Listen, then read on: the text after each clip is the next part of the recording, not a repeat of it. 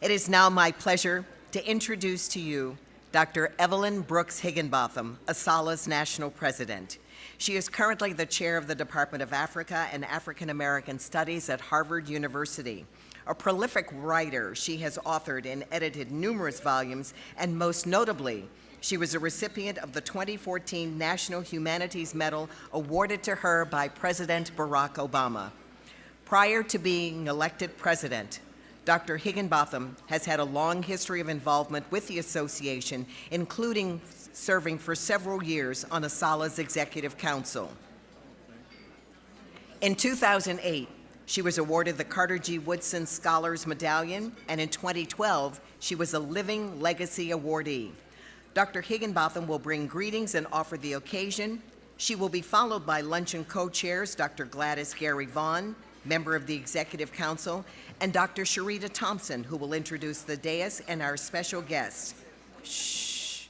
Immediately following the introductions, the Reverend Dr. Darrell Roberts, pastor of the 19th Street Baptist Church, will offer the invocation and bless the meal. Please welcome to the podium now, Dr. Evelyn Higginbotham.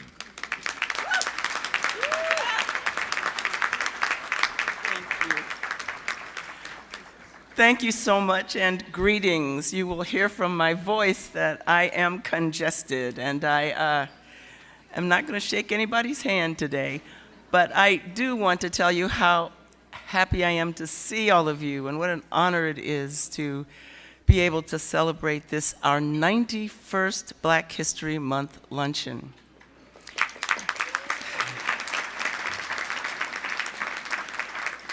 The Association for the Study of African American Life and History adopts the theme, The Crisis in Black Education.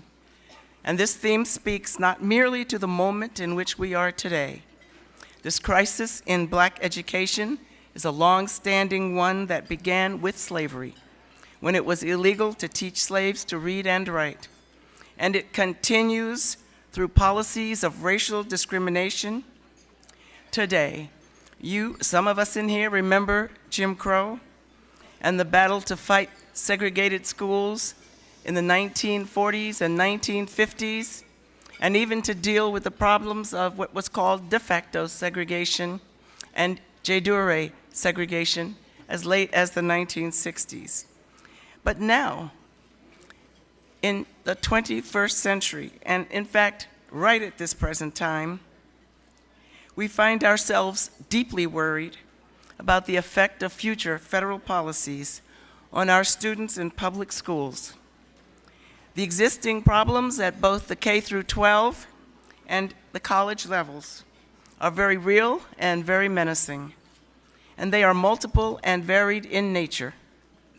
They include the lack of resources in inner city schools, the pipeline to prison, reality for many of our youths, the summer learning gap, the too often placement of Black male children in special classes, special ed classes, the dropout rates, the severe financial challenges faced by historically Black colleges and universities, and not least of all, the failure to teach correctly, if at all, the experiences and the contributions of African Americans to this nation. ASALH believes that to refuse to acknowledge the education of Black people as a crisis belittles the importance of the many efforts of people, past and present, who dedicated their time and energy to confront and combat educational inequality.